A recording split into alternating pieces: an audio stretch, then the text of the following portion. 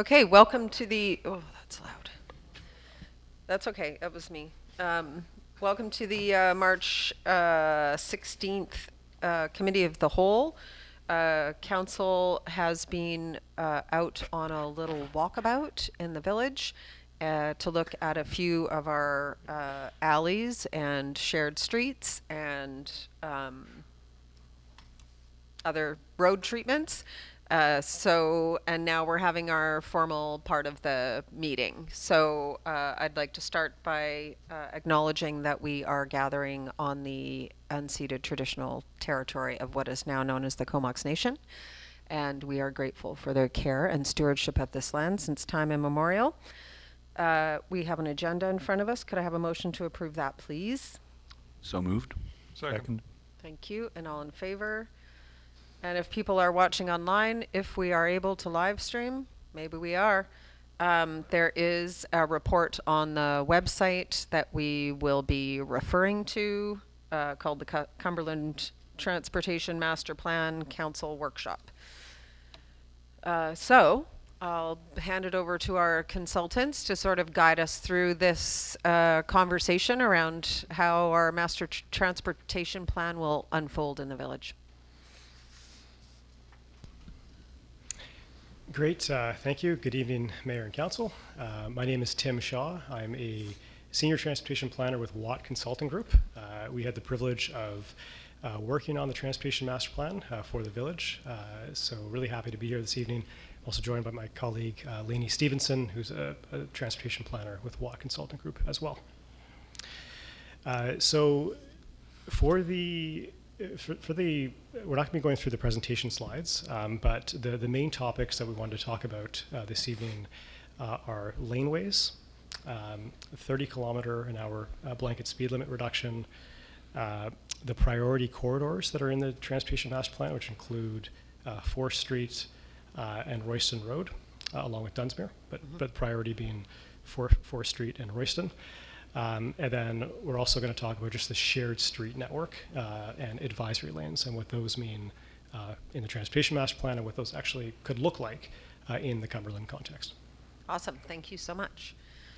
So maybe we'll just start with the laneway conversation, since that's the first on the list, and that'll help me stay organized. So I believe I'm just going to find the laneway 18. on 18. So right now our laneways are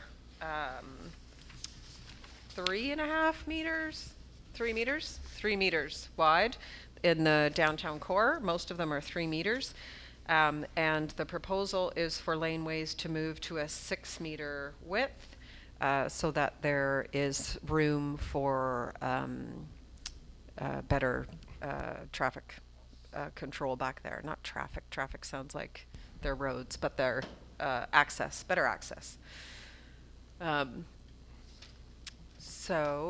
then the other question around laneways is to pave or not to pave, and which laneways we would consider paving. So the conversation so far has been whether or not to pave the 2 laneways on east and west of Dunsmuir because of the high commercial traffic in there. So could I have some council feedback on that, please? I can start. And just for people hearing that 3-meter laneway, that's for new ones. Or 6 meters. Yeah, it's for Yes. the new ones, not for existing ones. This is, but I think from my point of view, I like the old laneways that are outside of that, the either side of Dunsmuir, to remain as gravel and as undeveloped as we can, while maintaining their functionality. And I believe we discussed a variety of options for paving the laneways immediately adjacent to that commercial alley on Dunsmuir and Penrith and sorry. The side, Derwent thing. Yeah. I always forget Derwent, even though I just lived off of it. But I would like to hear some of the options for retaining the permeability in those and for groundwater absorption, because I understand with a impermeable surface of pavement, there's still some options to mitigate some of the runoff concerns and some of the pollution concerns where you separate the oil from water and things like that. So if we could, if you might, and the other part of that was that having a permeable paved surface seems to be quite a bit more expensive if it's available at all in a place like Cumberland. So Great. Through the mayor to, is it Councillor Barecki? Yep. Barecki? If you go to slide 25, please. Sorry, if you go to slide 25, Rachel, thanks. Yeah, so I'll take a shot at this so that I can always defer to staff for additional technical context. So this slide here is showing the different surface material options that we also talked about on our tour, looking at unpaved versus paved asphalt or concrete versus the permeable paved option, and these are for laneways. So in this table here, we're just trying to summarize the pros and cons of each of those options. So with the unpaved option, starting at the top there, just generally lower construction costs, better for stormwater. There's some flexibility in terms of adding or adjusting alignment and adding utilities or accommodating changes through redevelopment, lower long-term environmental impact. There are cons as well that we illustrate here on the slide. There's maintenance requirements, right? So grading, filling, especially when you have bigger rainfall events like we've had here for the last couple of days. So that's a big consideration, higher variability in maintenance. There's dust and erosion issues, accessibility limitations for pedestrians. That's a really big con I'd highlight. And then, Councillor, to your question, the paved and permeable are on the bottom half of the slide there. And you can see that with the paved option, just in general, more durable, lower maintenance costs, no dust, just more convenient access for residents, and just better longevity as well. They last a lot longer when you put in paved.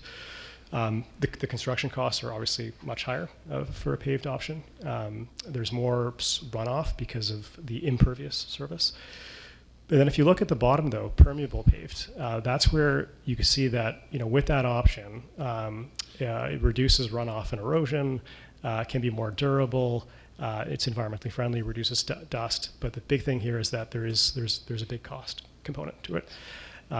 So in summary, if we're talking about runoff issues and stormwater management, gravel, which is what you have today, can achieve a lot of that. There are maintenance requirements and maintenance considerations to be mindful of, but if the objective is to have better stormwater management, you can do that through an unpaved gravel option and some other engineering solutions, versus the permeable paved will also help achieve that, but it's going to cost you a lot more money. And there's obviously limited budgets and resources.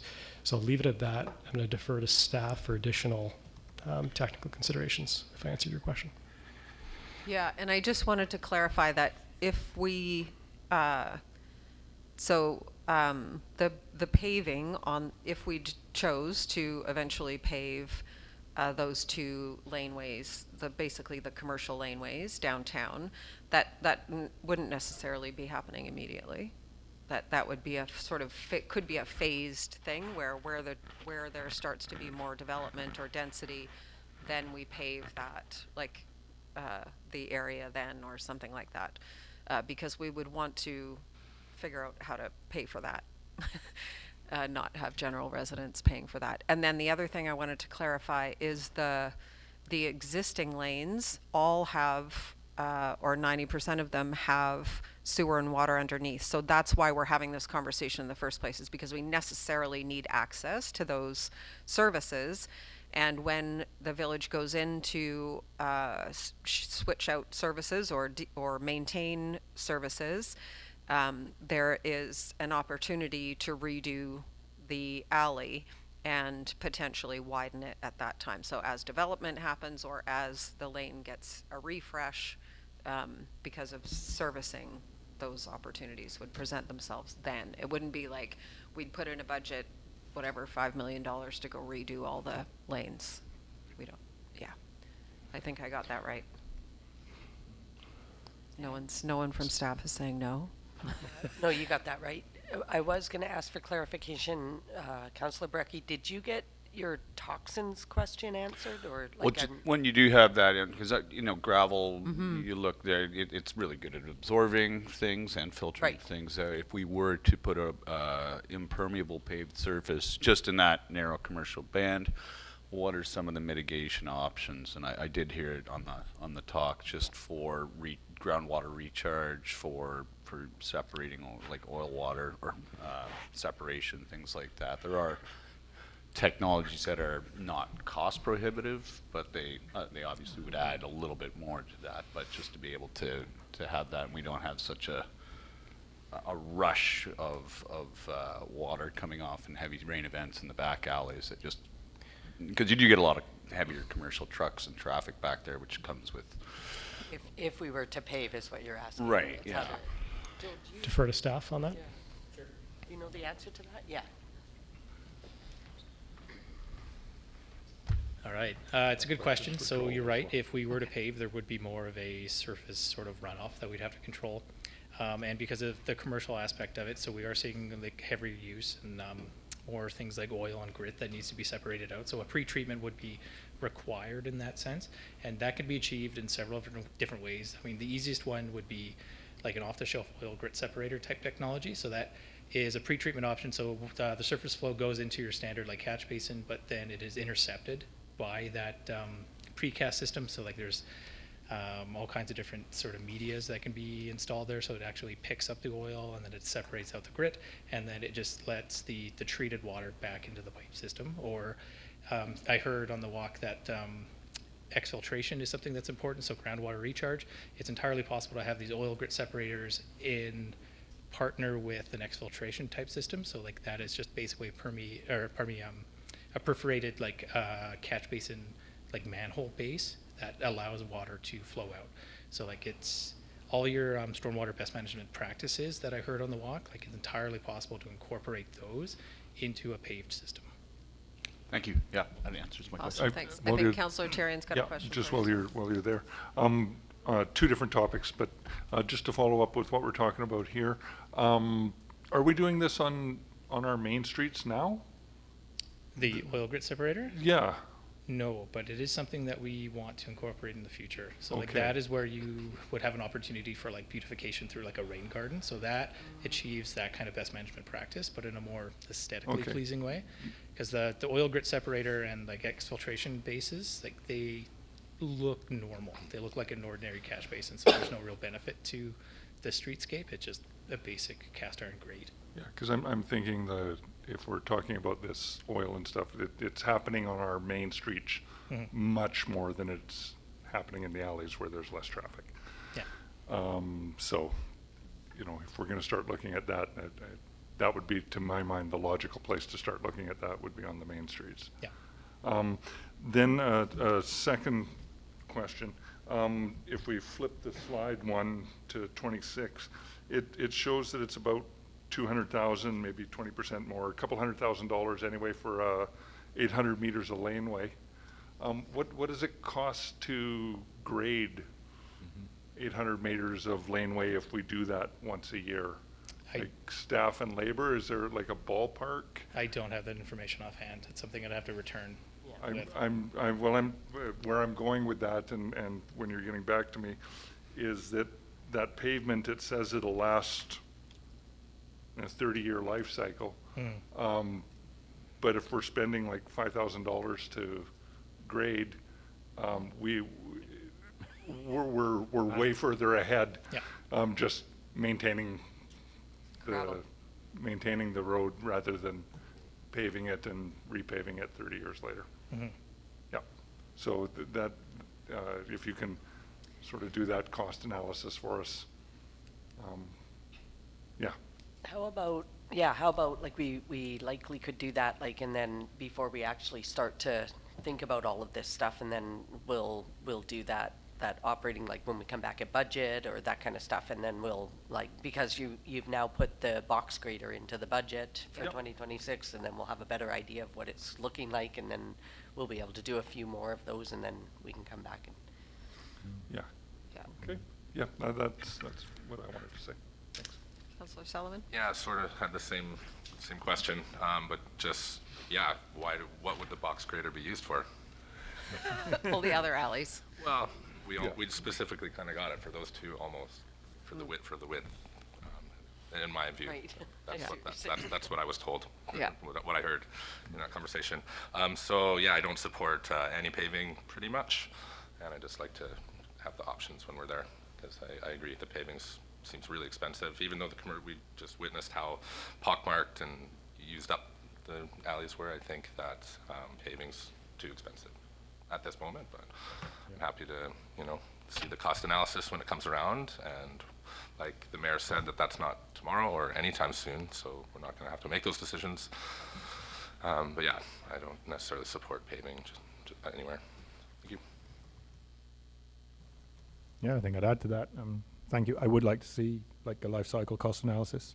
Also some recognition that in that life cycle cost, when we're paying for things to be graded, what we're generally paying for is staff time now and a little bit of machine time, which means that instead of investing capital in giving all the money to a contractor and paving, the money we're spending is going into our community through our staff, right? So there's also a better use of that. So in that life cycle analysis, it'd be interesting to see that cost. Yeah, I think, we walked around a lot of puddles. So it's definitely important to, and it's not particularly draining very much as it stands, is it? It's not very permeable right now. But I'm comfortable with not paving those two. I don't see a rationale for that. I think more frequent grading, and we, be all right. Until that becomes, that financial balance Yeah. stops being Stops on being the gravel relevant. side. Yes, and I think the other conversation around the laneways and the change in the width is that right now it is very challenging for commercial vehicles to get down the lanes, and as we develop accessory dwelling units and other residential density where there are laneways, we would want to encourage people to use those laneways or we are encouraging people to use those laneways to access their ADUs, or even to get all the vehicles off the street and onto private property. So when new developments happen, where there are laneways, or where there are laneways, that the village can take another 1.5 meters to widen the alley at that time. So I just want to make sure we're all understanding that, including the developers in the land. Okay, so that's laneways. Anything else on laneways? Excellent. Next up is shared streets and advisory lanes. So maybe just a quick overview of what a shared street is. So if you go to slide 31, please.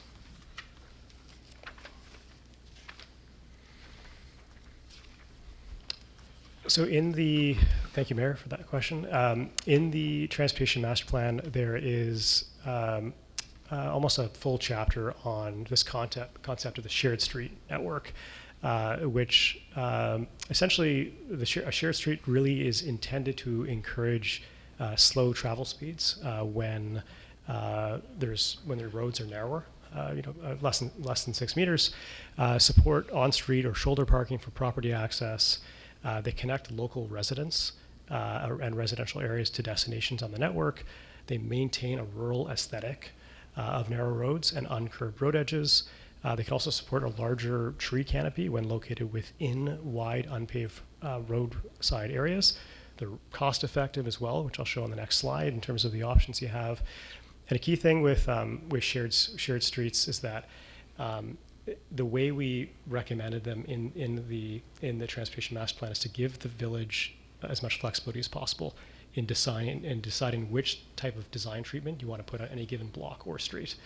So whether it's different traffic calming devices, or as you see on the slide here, different facility types. So you see on the photo on the left is a yield roadway, where pedestrians, cyclists, vehicles are all sharing the road. They're all, cars are going at a much slower speed, so it makes it comfortable for people walking and biking, or on wheelchairs or other modes, to be in that middle of the road, and they're sort of sharing that street, sharing that environment. On the right is an advisory lane, which is showing you a bike lane, a dedicated bike lane, and then a center lane where the vehicles share that center lane.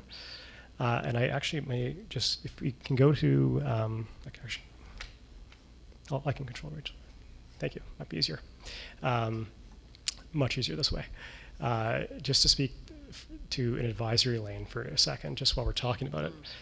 Just so it's really clear. So an advisory lane is shown in this concept here, where you have that one vehicle lane in the middle there, and vehicles in both directions are intended to share that lane. And how they do that is you have these shared lane markings on the side. So this is where bikes and people walking would be, on that side and on this side, going in each direction. And when it's safe to do so, as this vehicle is coming down, this vehicle moves over into that lane to allow that vehicle to pass. But that vehicle only does that, of course, once they've yielded to the cyclist, so you don't have collisions. So this is a concept that we've seen in a number of communities in Canada and the United States. Just a few examples. This is an advisory lane in Victoria West, which shows a speed hump, and then again that center travel lane there with the bike lanes on both sides, as you can see in this photo here. And there's also parking on one side.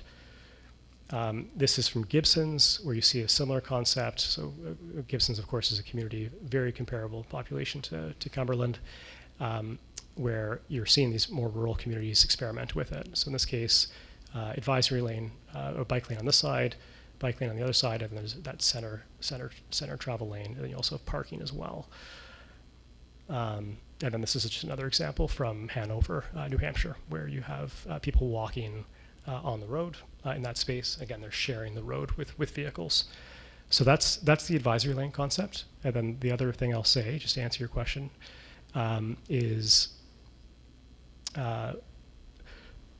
in the Transportation Master Plan, we have there's recommendations around all the different design treatments that can be implemented to support a shared street concept. So these are all traffic calming devices. So what you see here are things like traffic circles, which can be really effective as both intersection control and also to get vehicles moving through the intersection instead of a four-way stop or a two-way stop, for example. They're also very good at slowing cars down. That's the beauty of traffic circles.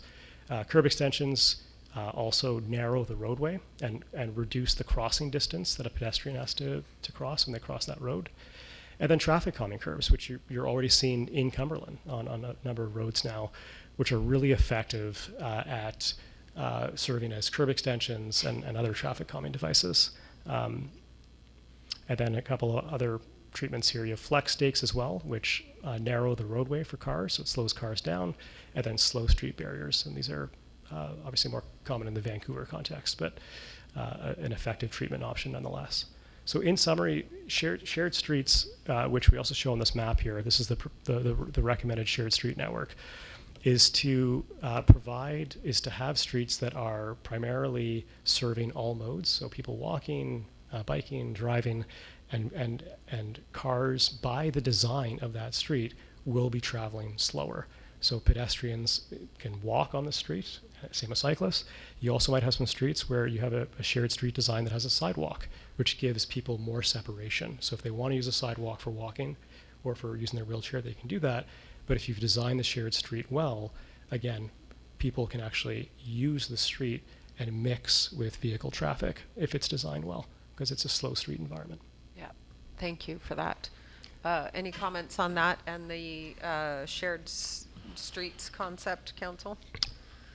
Mind if I hop in again? I see this working already, and if we can just keep this slide up here, this works already very well. I drive down Maryport every morning on my way to work, and it's already deeply ingrained in the minds of Cumberlanders as it is, because our streets are often quite small going the east to west streets. So I really like this. So I think it would be helpful to have that little blue sign scattered about, maybe by the school or as you come on to those, come off 4th to either side. That'd be something that just, it sends the message that, everybody's going to be on this street, and there may not necessarily be a sidewalk for people to use. Yeah. But as it stands, Cumberland's already doing this for the most part in a lot of places. Yeah. So thank you for that. We love that sign. Yes, we really like the blue sign with all the uses, all the street uses that are not cars. Well, and cars. Yeah. I'm always intrigued by the advisory lane system, and what I'm hearing here is that our gut reaction to that is, what? No, that'll never work. That's dumb, right? And that's the gut reaction from anyone, I think, who sees it for the first time and has no expertise in the area.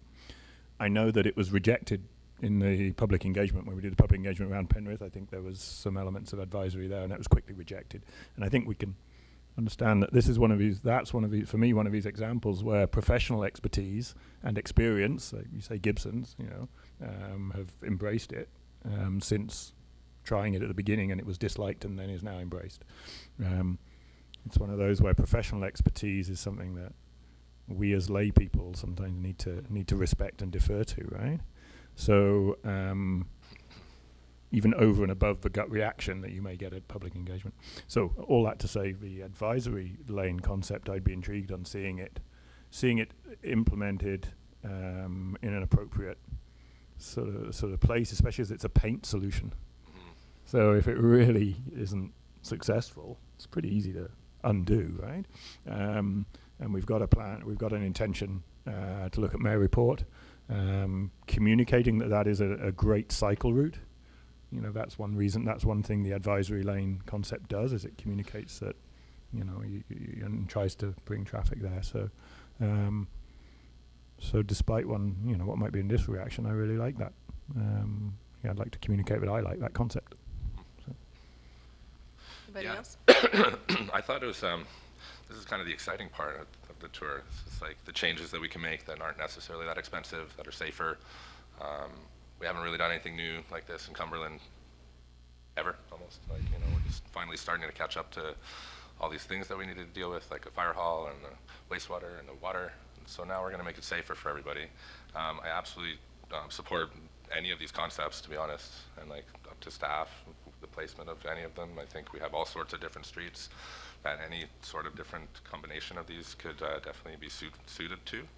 And especially the paint solutions like Councillor Ward mentions. These are just all great. All great. Thank you. Yep. Yeah, thanks for that. I'd like to see us start moving forward with some of this. As you mentioned, Maryport's the natural corridor. Maybe we can experiment on. I would love to see mini roundabouts all the way down Maryport as a traffic calming on that street. I'm curious, I know Ulverston's getting a new sidewalk, which is fantastic, because that's a main school-run corridor. I see lots of kids going past my place down Ulverston every day. Are we looking at a paint solution there as well? So this is a question, I guess, for our engineer, Joel. Are we looking at a paint solution once that sidewalk is in, and for a bike lane as well on Ulverston? So that would be future consideration. Right now, the Ulverston project is just focusing on the infill sidewalk between the blocks 5th and 10th. Ulverston between 2nd and 11th, actually all the way to Royston Road, is identified as a DCC roads project for a corridor improvement. So that sort of corridor improvement would happen at that time when the rest of the block is done. Okay. So yeah, right now the Capital Works is only focusing on the sidewalk infill, but what you're talking about where possible road markings and other shared streets type design implementations, that would come at a later time. Okay. Yep. Thank you. Sorry, this might be for you too, Joel. The priorities list, I guess that applies to everything. So maybe we should talk, just briefly outline the priorities. Mayor, are you referring to the priority corridors? Yeah. Yeah, I can go there now.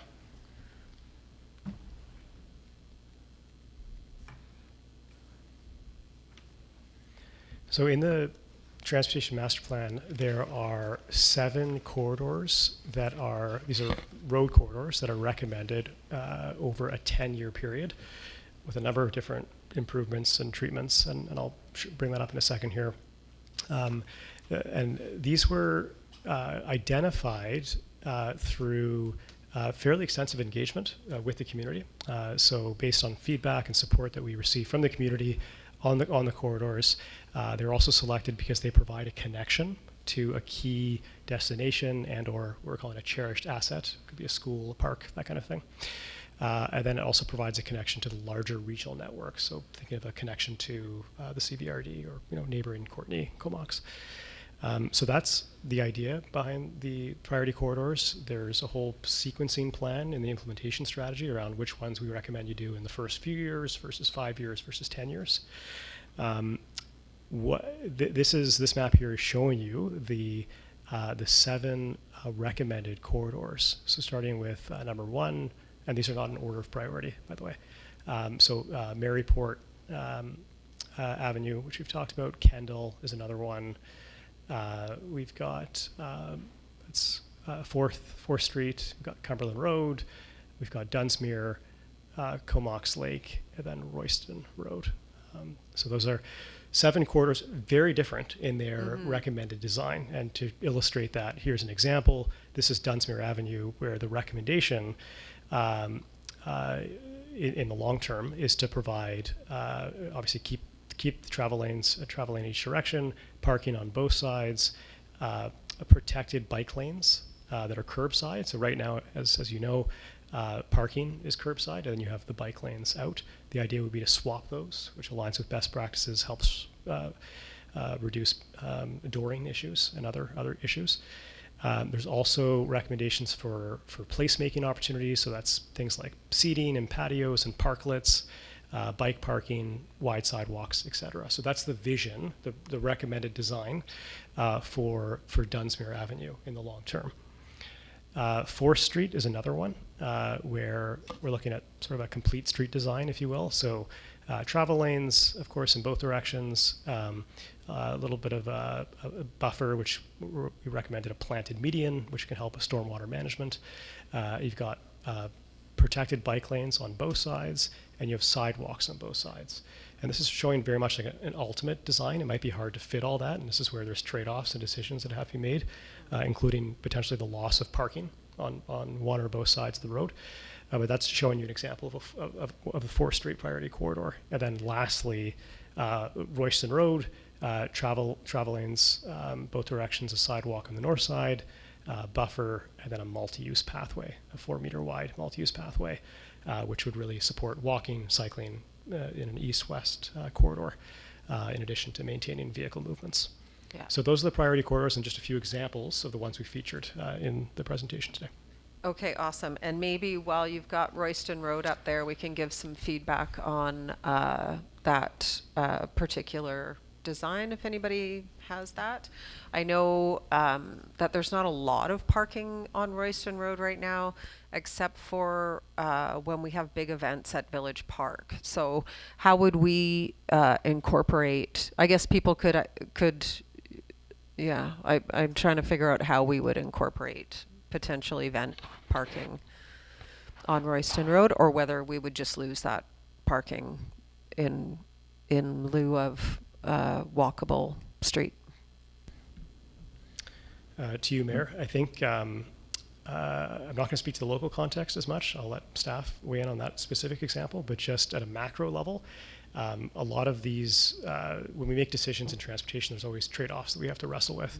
So in this case, having a multi-use pathway on one side and then a sidewalk on the other side, yes, is going to reduce potentially space for parking, for example. So you lose parking, and 4th Street is similar, as I mentioned, that if you fit in all that.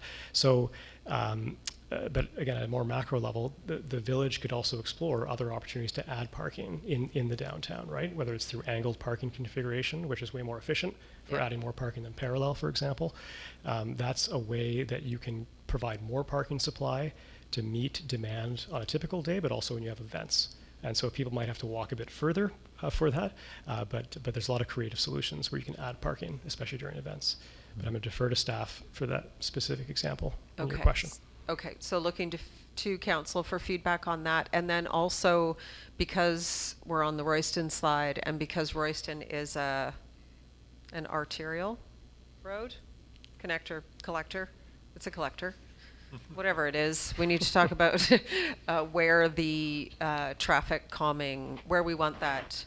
We haven't talked about the 30-kilometer yet, but eventually we will. And so what does that transition look like? Where might we be looking for that, I guess? Okay. And I don't know whether you need to, yeah. Well, maybe through you, Mayor, Yeah. maybe staff could speak to just the parking management question that you Yeah. asked. If that's, and then we can speak about the 30 Sure. kilometer an hour after. If Okay, that's okay. great. Thank you. That's what I was going to suggest. So Royston Road, if you remember back in, I think it was 2024 when we did the downtown parking study, Yeah. ISL and myself, we analyzed the 3 parking lots in the downtown core. So the CRI parking lot, the cultural center parking lot, and just for fun, we also looked at the BMX parking lot. All 3 are considered underutilized in the sense that they're inefficient in how many parking spaces they could potentially have. So there is a great opportunity to sort of revamp the BMX parking lot to really enhance and maximize the amount of parking that's available there. So any potential loss on Royston Road could easily be incorporated and, made back by further improvements to the BMX parking lot. Perfect, thank you. Council? Well, Go ahead. sure. Thank you. I'll just be very clear on this one. And I know you've spoken to these as indicating the sort of maximum design and maximum build you could do, and then the options we do could step down from those. I just see with the traffic levels that I could even envisage, depending on the development I might have in my head, that a multi-use pathway would be sufficient. Yeah. For all the traffic I can imagine down there. And I'd like us to really, personally, I'd like us to take the sidewalk side off the table and say, here is a really awesome multi-use. There'll be people cycling on it, walking on it, scootering on it. And the other side can be landscaped, can have some gravel for parking, overflow, or whatever it needs to be. But that's where I'd like to be. Okay, and so with a separator there to make that safer, yeah? Yeah, Something. the multi-use pathway shows Yeah. a buffer. Yeah. Yes, Yeah. absolutely, Yeah. it shows a buffer. Yeah. I'm not sure everyone can see that. Yeah. I don't see any need to put a sidewalk on the west side of that there. It's just there's not enough traffic down there now, and I don't envision it into the future. Most of the development and the density is going to go on the sort of east north side, North sorry, side. south Yeah. side. Well, yeah, got it. Yeah, So on the it's very south side, confusing. there's just and they're very large rural properties too. It's I don't think it's an efficient use of funds. Yeah. Yeah, there's lots of room on those lots for parking if they need it. Yeah, thank you. As someone who runs an event at the tennis court there in the summer, that parking is very essential for all different kind of events there. So for me, I definitely support the multi-use path on the north side, and I would almost, short of revamping the parking lot, I don't know, I like what's happening there personally for multi-use. It's not, I mean, we could figure that out a little bit better, but yeah, I support the one side, and I don't think a sidewalk is necessary. Yeah, thanks. One side? One side. Use one side. Yeah, multi-use one side, I like that too. I would just finish by asking quickly, we've been quite definitive there. Does staff feel we're missing anything in that choice? Is there a compelling reason? I wouldn't mind just asking for a bit of clarification. So you're talking about Royston Road, and then you're saying you don't need a sidewalk, you do like a multi-use on one side, and you do like parking or you don't like parking? Well, that, if we just do the multi-use pathway separated, Yeah. then that can be for walkers and cyclists and everybody. Yep. And whether that's paved or so it's not a raised sidewalk necessarily, could be whatever, but only one side, I think, and then that leaves the other side for extra parking. Okay. But not saying that we don't think that we should I think we definitely want to, I'm saying too many positives and negatives in one sentence, sorry. I think we definitely want to rearrange parking lots to make them more efficient, for sure. That's, yeah. And just a point of critical. clarification, so this project essentially starts at 7th Street and heads east. So the parking 7th down. that's in front Yeah. of the Village Park right now, the angle parking, like that Yeah. would remain. Yeah. And this would pick up further east from that. Yeah. So like the just past the non-existent BMX. portion now, Like past the BMX parking lot or before that? just before that, so where the sandy dump was, so like that Right, area. okay. And that's where I'm saying I don't think that, I personally don't think that's necessary, but. So you're saying you think the parking is good and the sidewalk isn't necessary, is that what you're saying? That's what I'm saying, yes. Yeah. So just Yeah. multi-use on one side. Yeah, and then another point, it was identified, so where a sidewalk would make sense is that gap between 6th Street, or pardon me, 7th Street and Carlisle Lane. Because right now there's an Because there's a existing sidewalk sidewalk on the there. north side, so that would complete a sidewalk connection. And it makes sense for that small portion. I can totally understand the remainder of Royston Road, it's a long stretch, and you're right at the rural property, so it probably doesn't make a lot of sense right now in terms of pedestrian demand, but that section between 7th and Carlisle Lane has come up in engagement and other events as a piece that's missing. So then we'd want to have for consistency, we would use that side of the road for the Yeah. multi-use, so that it connects with that sidewalk. No, multi-use path would remain on the south side, but we'd still have a like sidewalk piece on the north side just for Okay, that and there's a single block. crosswalk there? Yeah. Yeah, okay. Yeah.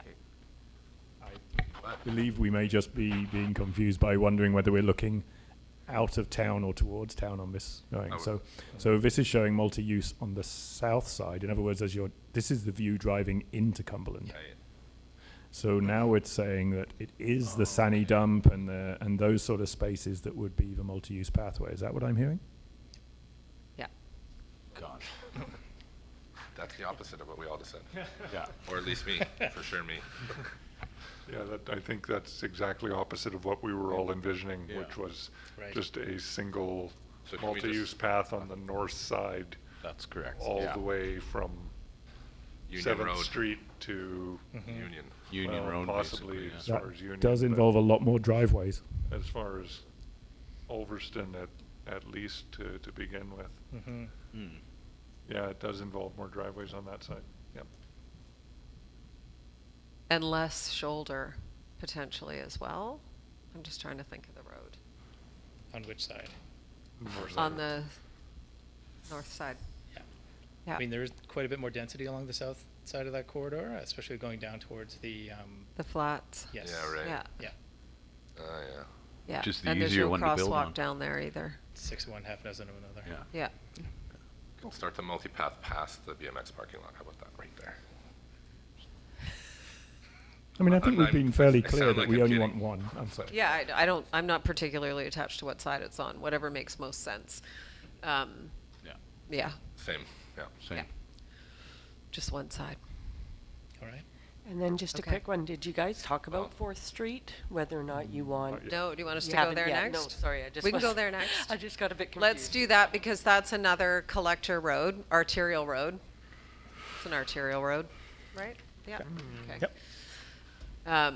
So, yeah, if you can just go through the design options for arterial, or the ideal scenario for arterial, because that's also Cumberland Road, yes? Yeah, so directions this time. So this is the west side, and this is the east side. And that's Cumberland Road's up here, Got it. right? So it's like going out of town. We're looking away from town. We're looking away from town, exactly. Yeah. Yep. There's, yeah. Now that so, we've all oriented ourselves. yeah, exactly. Thank There's you. your orientation. So in this case, you've got the 2 travel lanes. You have then a buffer, a planted median is what we're showing here to create some separation between the travel lane and the bike lane. So it kind of serves as your protection or separation. And then you also have a sidewalk on both the west side and a sidewalk on the east side.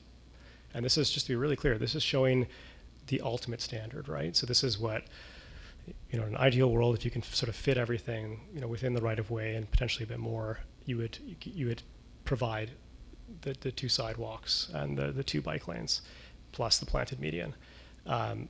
There are cost implications associated with that, of course, and like I mentioned, you would lose parking on both sides. Another point I want to make as well is that this is just a conceptual rendering. It's not showing you that detailed design. Normally, if you were to take this project to its next step and actually do a proper design for it, you would start to look at almost block by block what those design specs look like in terms of sidewalk widths, how many parking spaces you can retain, how many parking spaces are removed. So this is really just showing you that conceptual rendering, but the ultimate standard in terms of if you can fit everything, this is what 4th Street would look like. Awesome, thank you. And I think, I think the part of the purpose of this conversation is to just allow us to sort of set those expectations, not only in the community, but with staff, so they're not having to come back to us over and over again for every block we pave. So thoughts on 4th Street? I like this design. I think the walk shop that we went on, I think if we went now specifically, that one side of 4th would be full of cars. So I like this, but with the one side parking, I think. And I think we have to keep the parking on the one side, personally. What I noticed when we were walking, again, like I agree with Councillor Sullivan that some parking would be wanted to be kept, but I think it can be kept just closer to downtown, and as you get like past Maryport, then we could go towards this kind of a design. But I'd also like to see that street sort of narrowed with some parking and things and signaling that you are coming into the core of the downtown and you should be slowing down. Yeah. Right? And we can do that by narrowing that street and not having this sort of freeway design all the way from Dunsmuir out, and then having people coming into the Dunsmuir intersection at 50 and 60 kilometers an hour. I'd like to see it, narrowed and slowed down before that. And parking, I think, would signal that and preserve the parking that Councillor Sullivan's talking about. Yeah. I concur along these lines, especially as you get towards Dunsmuir. Those parking areas are heavily utilized. Yes, they are outside by the post office. Post office and even so I think Maryport's a good cutoff there as far as that goes, and it does signal that throttling down as well. So, and it provides the safety, which is really for the bikes. It's around the corner by the Peace Park. That's really kind of the real dangerous pinch point that I can see for cyclists. So. Yeah. I just thought of something. Go ahead, Councillor Ward. Did you have comments? Yeah, I do. Echo what I've just heard here. I think also when we were walking around, it was clear that some of this, quite substantial sections of this are not wide enough fully for this treatment. I expect we would want to go again to sidewalk on one side, and then where parking is required, it would be useful to me if we can do it the way we talked about on Dunsmuir, where the bike lane remains there with a buffer, and then the parking is alongside the roadway. So that you're not losing the bike lane or chewing up the bike lane, and you're keeping the cars together, and that does the narrowing. And it also signals this is what you're going to get when you turn right onto Dunsmuir as well. Right. Right, you're now into that form, and then we're consistent around there. So just to draw all of that together. Yeah, because we did note on the walkabout that that's only an 18-meter street, so we will not be able to have both the multi-use and the sidewalk on both sides. So that'll be another choice. And it makes sense to do it on the side where there's already existing sidewalk, old sidewalk. But that brings me to how this 4th Street, and I understand that we don't have a fully plan, but everybody knows that there's a plan for a roundabout at the Peace Park, and that roundabout would incorporate access to Kendall and Cumberland Road on 4th Street. Am I getting that right? And we would integrate whatever we do with 4th Street to that roundabout. Okay, which is yet to be designed, so that's to come. Anything else on 4th Street? I agree that we need some parking closer to town. Where it gets to the narrower, like Penrith is a very narrow street, and although those people are using that overflow onto 4th for parking and visitor parking and stuff. Just make a quick point. A good example of what everyone's been talking about here that we want to achieve for 4th Street exists in the city of Courtenay. They did a complete streets project with their 5th Street project a number of Yes. years ago, I think 2018, and it is a similar width corridor. I think it's only 19 meters, but like Oh. what they achieve there, we could likely achieve on 4th Street. So And just- that's just still got to- parking on both sides? Yeah. Oh, wow. Okay. So it's a good comparison. I mean, it's Yeah. constrained, every single piece that they use, like it's a narrower bike lane, it's a narrower sidewalk, the boulevards are almost non-existent, and the parking is narrower, but like it worked. Yeah, So there's potential there to include what you're asking for. yeah. And that Awesome. would definitely slow people down. Yeah. Yeah. Okay, so let's talk about speed then. 30, there's been the idea, do we have more on 4th Street? No, it's not on 4th Street, no. Okay. I just wanted to point out for me personally, of all of these priority projects, Dunsmuir for myself would be the lowest priority. 'Cause it's the simply newest, because yeah. it's the newest one we've done, and Paved. I'd hate to see that being Yes. redone Yes. again so soon. Yeah. And the other thing we talked about on the walkabout that I'll just quickly summarize is that any design for Dunsmuir would continue to include opportunities, and I think you said this as well, Tim, for sidewalk cafes and the bike lane still existing and parking still existing. And we would also potentially get our own street lights, so we could put whatever we want on them. So that's a future project. Okay, so 30-kilometer-an-hour zone. Do you want to just introduce that, Tim? Will do.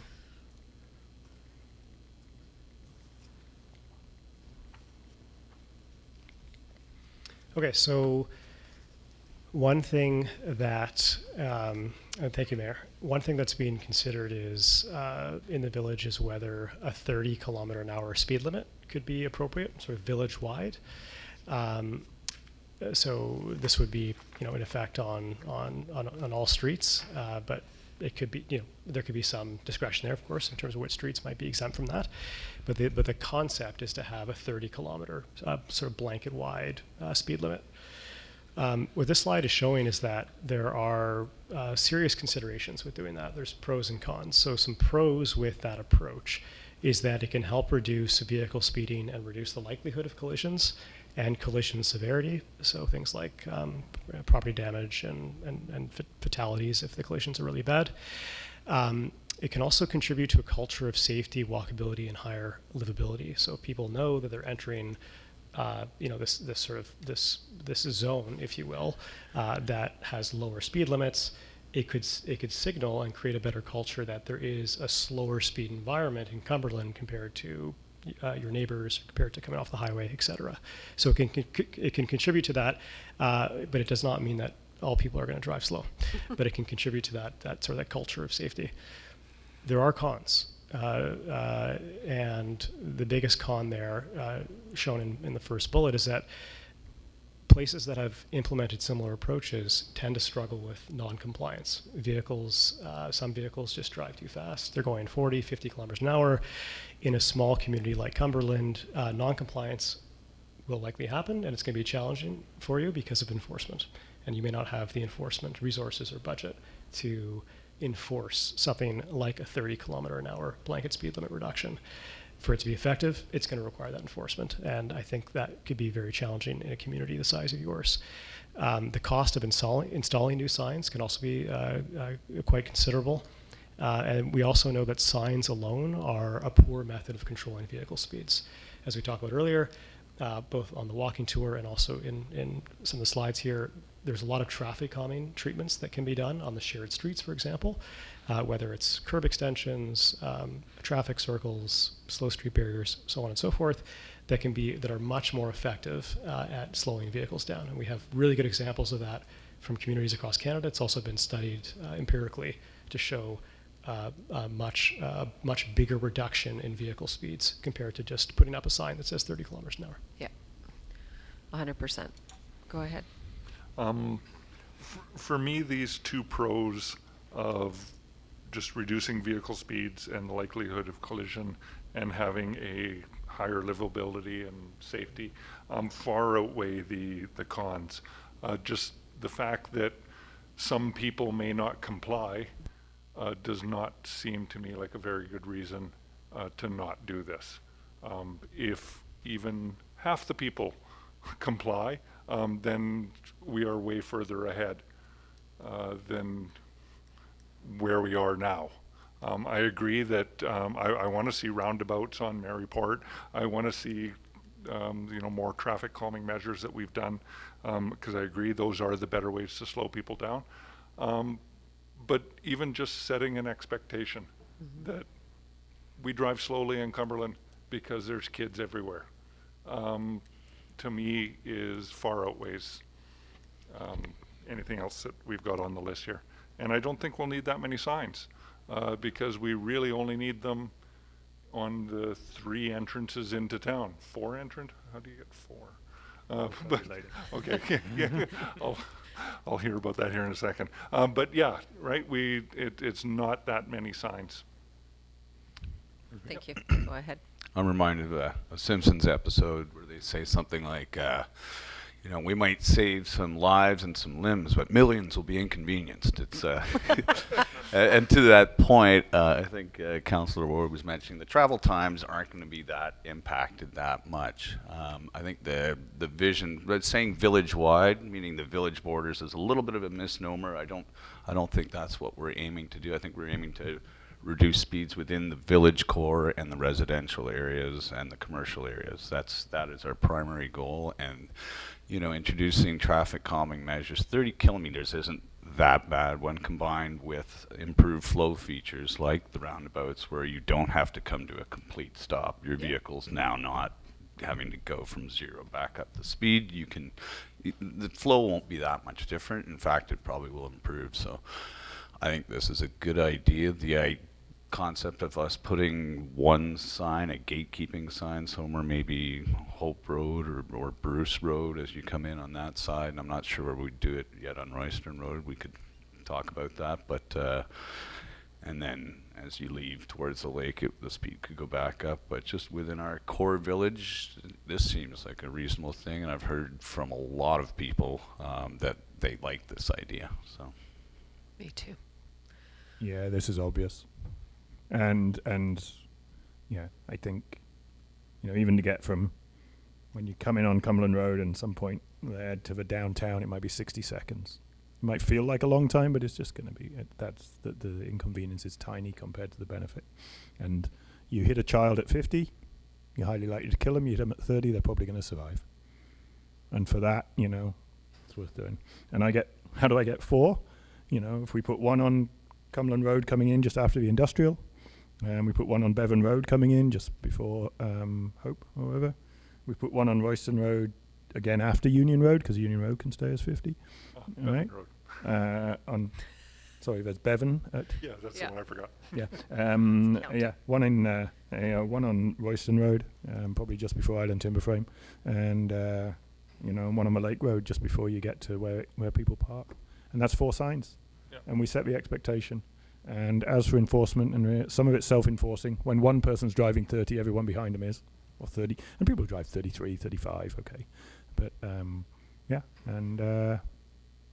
you go. And I don't know whether we should, I want to let you have your say, of course, as well, and whether we should be actually doing something formal, like a committee of the whole gives a motion to council to our staff to type direction.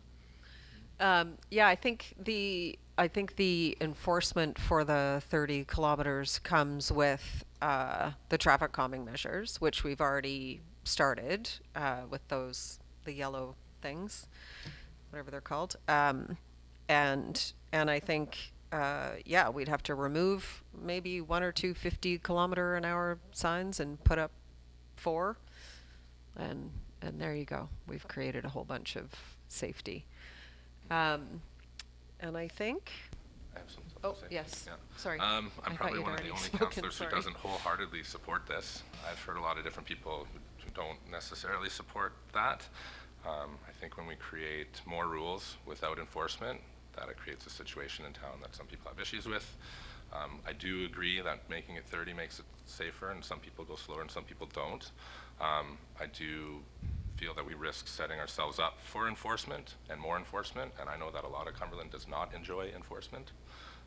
So I support the safety factors, but I really have some questions about the ambiguity of the enforcement and what that looks like, and whether we take all the signs down and hope people do the thing. But if you know, RCMP like to take advantage of this town in that way, you know, we could just make ourselves sitting ducks for enforcement. I just think we're on a slippery slope a little bit. I support it for safety. I have issues about the enforcement and then moving forward in this way. Okay, thank you for those comments. And I think we covered all the things? Road network classifications? Can I just? Yeah. I think that it is a good idea for if you do want this 30 is to make the motion. Yeah. And maybe talk about you know, the beginning in your motion. You can say, sorry, the entrance to Cumberland around this area. Like, staff will need to figure out Yeah. where the signs go, but if you just kind of give the areas, you know, like as you're coming into town, like Yeah. on Cumberland, you're not Gotcha. interested in at Union. You know, you're interested in somewhere closer or whatever. Near the Yeah. gas and go. So that's what I Something was like going to that. ask. Yeah. So if we are done with, if you guys have had, if we've had all the conversation we need to have, then what is staff looking for as far as feedback? Do you want us to give you specific guidelines for different roads? Do you want just the 30-kilometer? Do you want, like, what do we need? What is our, the level of detail you're looking for? So I think if you want the transportation master plan changed, it would be good for a motion. Like, I'm thinking you want, because the transportation master plan right now talks about different corridors being, like, different classifications having different kilometers. Yeah. So if you don't want that, how should we do this?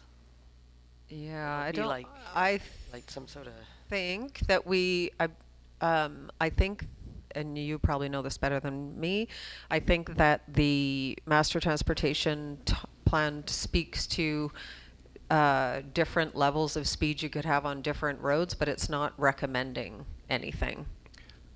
So if That's we, correct, Mayor. so Except, can yeah. I add one clarification? Yeah. It does recommend for the shared street network that there be 30 kilometers an hour as Okay. opposed to speed. That's just an example. Okay, great. So yeah, so I think we just need the motion. I think that if we make a motion around the 30, that covers that ambiguity in the plan. Do we need to, and I think the feedback we gave around the street designs for Fourth and Royston and Just so- Dunsmuir and the shared streets, like, I think that's all within the scope of the plan. I don't think we need more clarification on that. Dave's gonna get up. I think through Council 2 staff on this, I think what the best suggestion would be is if there are going to be changes in the road classifications, then you'd need to give us a bit more information on that. So for us, we can prepare some form of report or map. I think that's one thing that Okay. as a tool we could use Okay. to see if there are areas at the shared streets, such as what's already produced in the graphics, but some of the classifications are not. So we could look at mapping that and then having your feedback in that regard. Okay. That's a bit of sausage making. So let's just do the 30-kilometer first. But before we do that, let's figure out where those sort of boundaries are for us. So we've heard Hope Road for Cumberland Road, and then somewhere after, I'm guessing the bottom of the Well- hill of Royston Road after Union. Yeah, just prior. Somewhere around the flats? Yeah, right around the flats. Maybe that's our indicator. Bevan, you could do it right just as you get to Wellington. It's Wellington, yes. As you're Are you coming- capturing this, Rachel? Because I don't want to try and make a coming motion in, out of and this. then on the Lake Road, we could do 100 meters after or to- Jumbos? Would we want it to be down I would by say just 100 Chinatown? meters after the. Oh, Maybe no. before the disc golf I'm course. risking my life every time I cross that road. Yeah, I want before the the disc golf 30 course. all the way to the disc golf course. Yes. Okay. Before, like on the other side from you. That is So a just drop after off. Jumbo's Yeah, then, there are okay. toddlers being dropped off there every morning and picked up every Yeah. midday, and it is a nightmare. Okay. Over there. Opposite Jumbo. Just after Jumbo. Yeah. somewhere. Yeah. Okay. Yeah, awesome. Thank you for that. So you're talking about the 30-kilometer on Lake Road going out, and then, so somewhere around the disc golf course. Past it. After Jumbo's cabin, Then it can heading go back out. up to whatever. Going out, yeah, coming it in. goes, so 30 kilometers starts there. No, Coming- 30 coming kilometers, in yeah. to town. Coming in from the lake, it starts before you get to the disc Before golf you get to course, the disc before golf. you get to that parking lot. Yeah. And then Yeah. it can end, or it doesn't really, No. we don't No, even. it just No. continues into town. Yeah. Because then there's people parked all along there half the time. Someday we might look at that as well, that area. Yeah, Is that, so it's On the 1, side. 2, Yeah. 3, Yeah. 4. For street treatments to, Yeah. because otherwise it is where you open up your motorbike Yeah. as soon as you go down the corner and hit 100 before you're at Jumbo's. yes, it's a nice little straightaway. So Bevan Road, we didn't talk about. Wellington. At Wellington, yeah, Around okay. Wellington. So we've got Wellington, Hope, the Flats, Jumbos, that's 4. That's it. That's 4. Okay. Budget for signs. Who's And moving then just that? like, so staff will figure out the logistics of it, but you're just Yeah. looking at those areas. Yeah, roughly, you wherever it move makes sense to put a sign. How do you need this motion do we need to make a motion to council to? Yeah, Yeah. a recommendation to council. Ah, Yeah, I was thinking it would, we'd move, but council, the committee of the staff- whole moves that council request that staff bring back a report on to this effect. Is that the sort Yeah. of thing we're looking for? Okay. Second. I don't know, did you want to make it, or did I just Or- make I it? think you just made it. yeah. I was trying to avoid the report part, but that's fine. That's fine. I feel That's like good. there has to be a report on how to on the actual implementation and a timeline and so that we Yeah. can, Some transparency issues. and yeah. Oh, so you're, okay, so now we're talking about a timeline for implementation? On what? Of what, though? Well, I mean, we're saying this is what we want to happen, right? Yes. And That, when we therefore- adopted this, that's that's basically what we said. Now we're adjusting this with the information we had today. So I think the conversation we're having is not necessarily about the whole I just want to No, clarify. no, I'm looking Okay. at what, I feel like it would be useful for council to be clear on when we would like this 30-kilometer hour. Right. Right, so that what I would like to hear from staff is I would like the committee of the whole to ask council, to ask staff that, yes, this is where they would be and this is how it would be. Okay. And this is a rough budget and we recommend this timeline or whatever, because And we can do this in whatever it would come back for budget, I guess.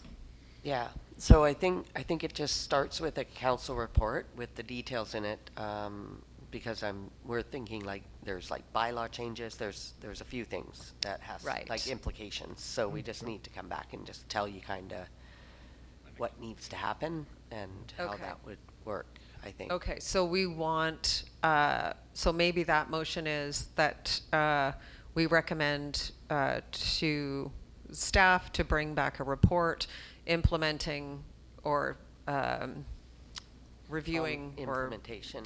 about implementation of these changes. So the 30K is the first one. We can just build them all into one motion? Yep. No? yeah. Otherwise, we're asking for, we're going to ask for 7 different reports. I think the 30K is the report that we're talking about, because Yeah. it's more complicated. It Right. Might Yeah. need yeah. Okay. Yeah, I'd personally, I'd like to see that treated as a single issue that we Yeah. can go forward to the community with and say, We asked for 30 we've- kilometers. We've asked for it, and we've looked around all the aspects of it, and we do or don't, and you can expect it to happen at this time. Okay, and we're not doing that for the rest of our recommendations, though, I guess is my question.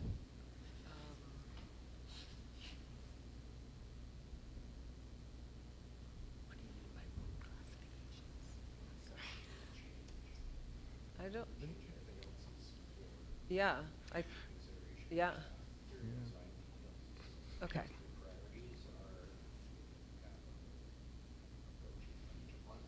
Okay. That's what I thought too. Okay. It's just the 30 kilometers. Okay. Okay. And the other stuff I wrote notes on, and then that would actually just come back when we start looking at design.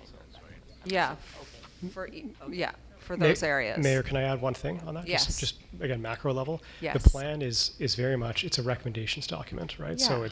it gives the village flexibility around what 4th Street could look like, what Yeah. Royston could look like. It's got recommendations for cross sections and renderings, but what it looks like is very much a next step through implementation when it comes to those design details. Yeah, thank you.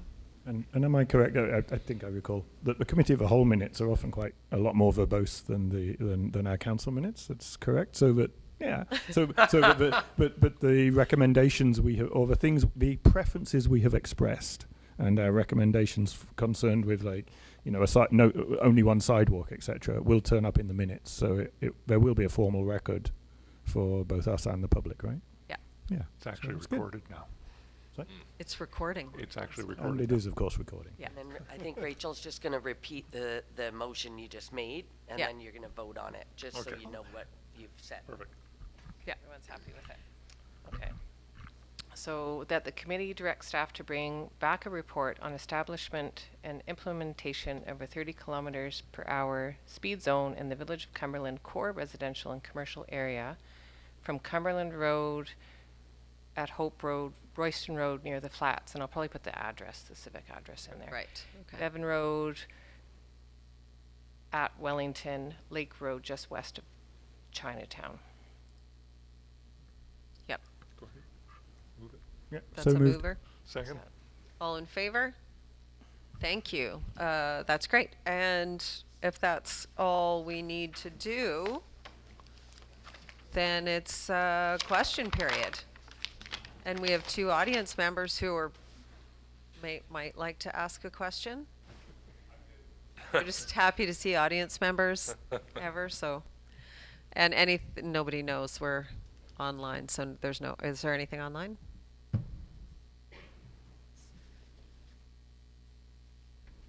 From our massive YouTube following? Nothing. Okay, could I have a motion to adjourn then, please? Move adjournment.